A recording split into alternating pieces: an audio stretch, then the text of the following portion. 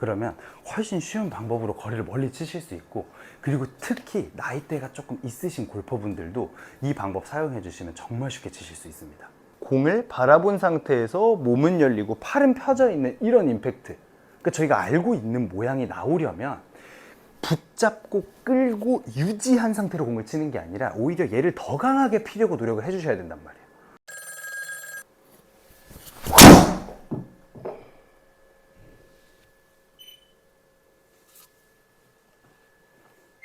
드디어 드라이버 영상을 준비했습니다. 자, 오늘은 이 드라이버 칠 때 제가 고정관념을 깨려고 요걸 준비했어요.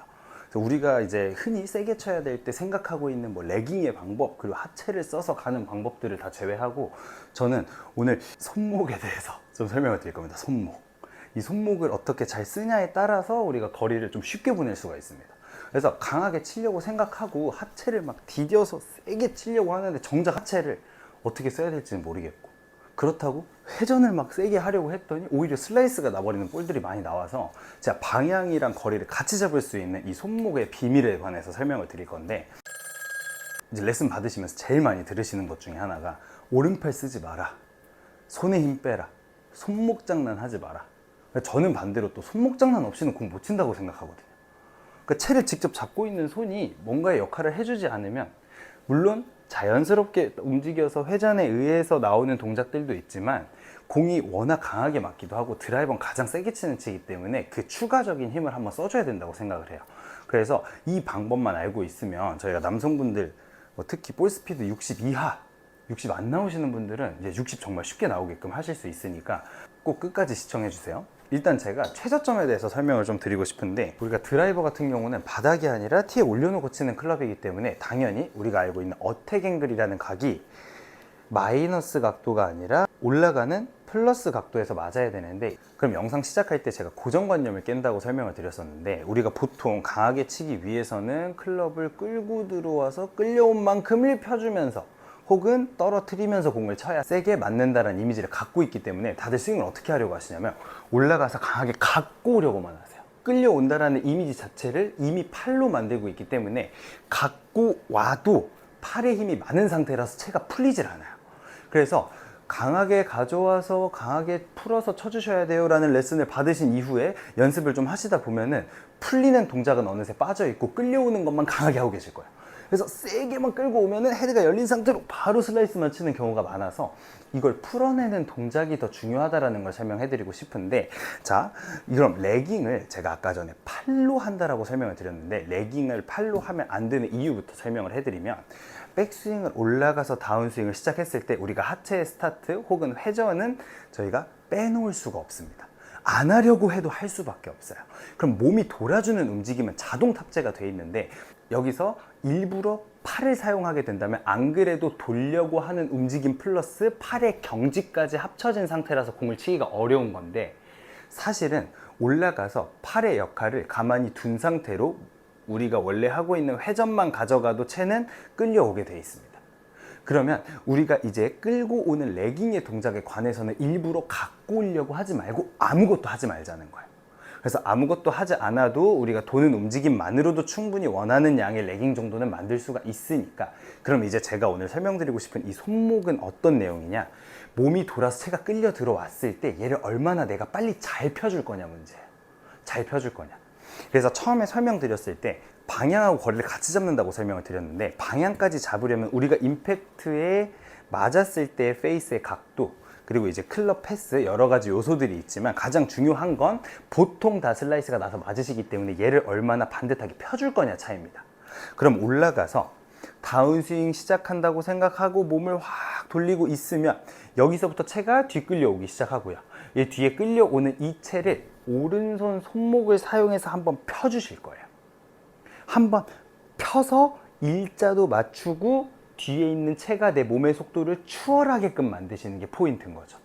그래서 오히려 내가 강하게 돌면서 팔을 펴서 쳐주는 느낌보다 훨씬 일찍 뒤에서부터 회전 이후에 바로 손목부터 펴준다고 생각하시면 팔꿈치도 함께 펴지면서 공을 더 강하게 가격하실 수가 있어요.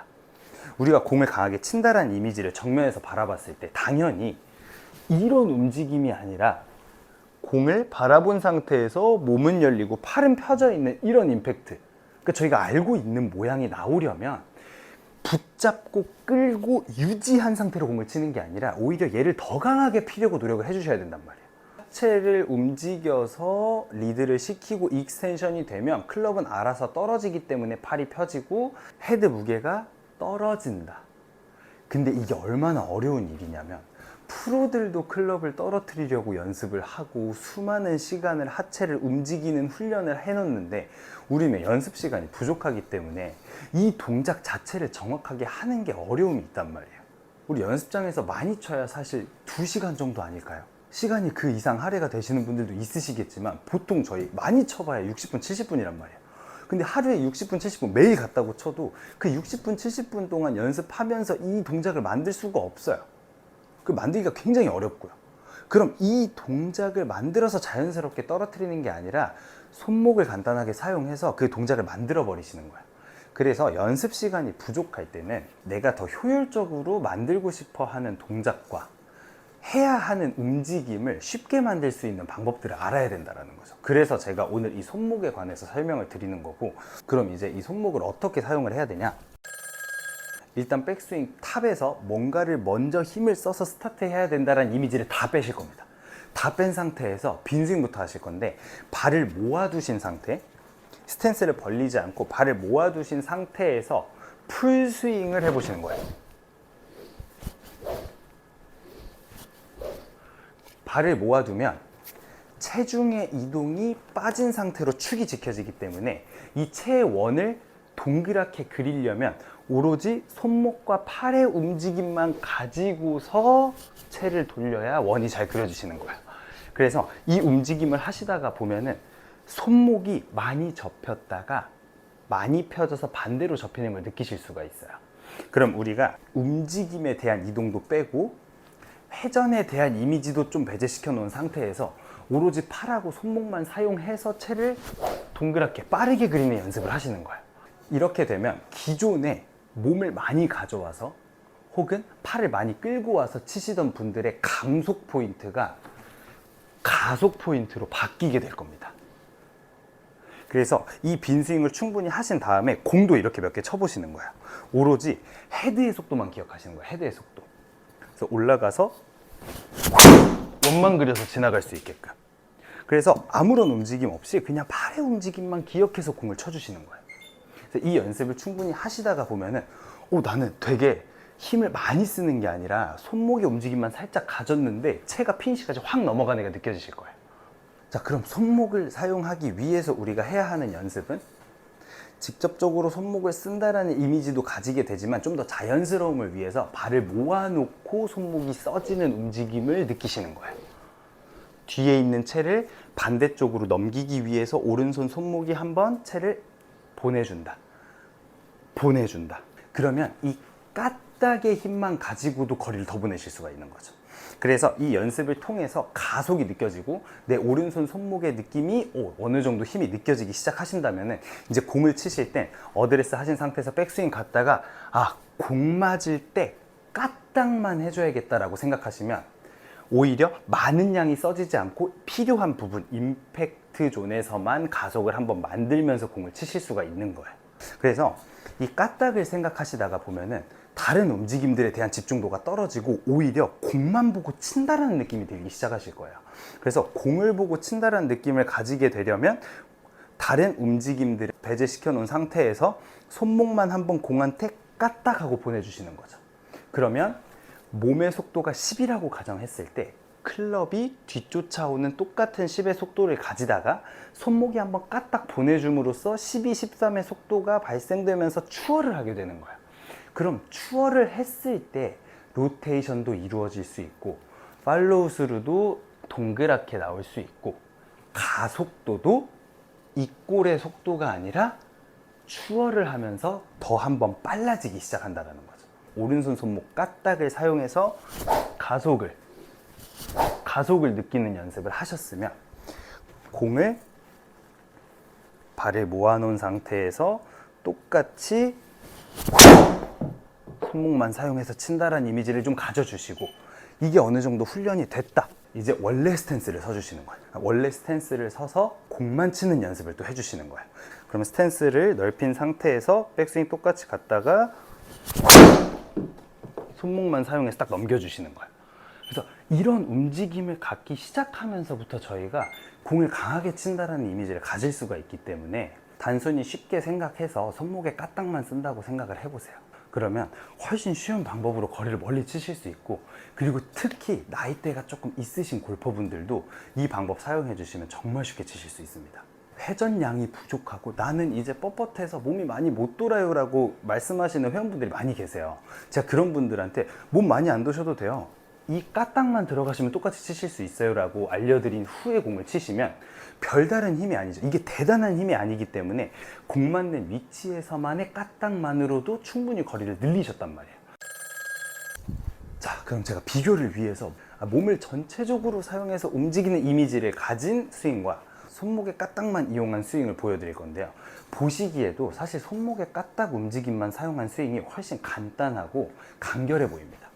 그래서 몸을 많이 사용한다고 생각하고 치시는 분들이 나가는 쪽의 움직임이 이렇게 막 커지는 듯한 움직임이 생긴단 말이에요. 근데 반대로 전체적인 힘을 빼버린 상태에서 공만 보고 난 공만 치면 된다, 손목에 까딱만 임팩트에 한번 있으면 된다 라고 생각하고 치는 스윙은 올라가서 몸을 잡아놓은 상태에서 간단하게 채만 이렇게 보내버리시면 되는 거거든요. 그래서 이 공의 위치에서의 힘만 한번 정확하게 쓴다라고 생각을 하고 스윙을 하는 연습을 좀 해보세요. 자, 그럼 마지막으로 쉽게 3가지만 생각해서 정리해드리면, 첫 번째는 발을 모아놓은 상태에서 오른손목 까딱의 움직임으로 가속도를 느끼는 연습. 피니시까지. 공의 위치에서만 힘이 들어가시면 돼요. 공 위치에서만. 까딱입니다. 까딱. 그리고 두 번째, 동일한 스윙을 가지고 공을 쳐보시는 거예요.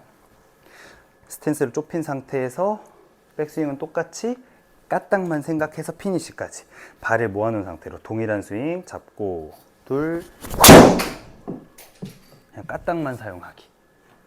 그리고 마지막은 스탠스를 원래대로 벌린 상태에서 오른쪽 다리를 잡아놓은 상태로 피니시까지 까딱만 이용해서 해주기. 스탠스 원래대로 벌려놓고 까딱만 이용해서 피니시까지 한 번에 스윙하는 연습을 좀 해주시면 좋습니다. 그리고 우리는 연습 시간이 부족하기 때문에 이런 직접적인 방법을 통해서 연습을 해주시는 게 효과가 훨씬 빠르다는 거예요. 그래서 뭐 다른 방향으로 뭐 하체 쓰지 마세요 이런 의미라고 생각하지 마시고, 그냥 연습, 이 이미지와 연습을 통해서 공을 내가 더 강하게 칠 수 있는 방법을 터득한다고 생각하셨으면 좋겠습니다.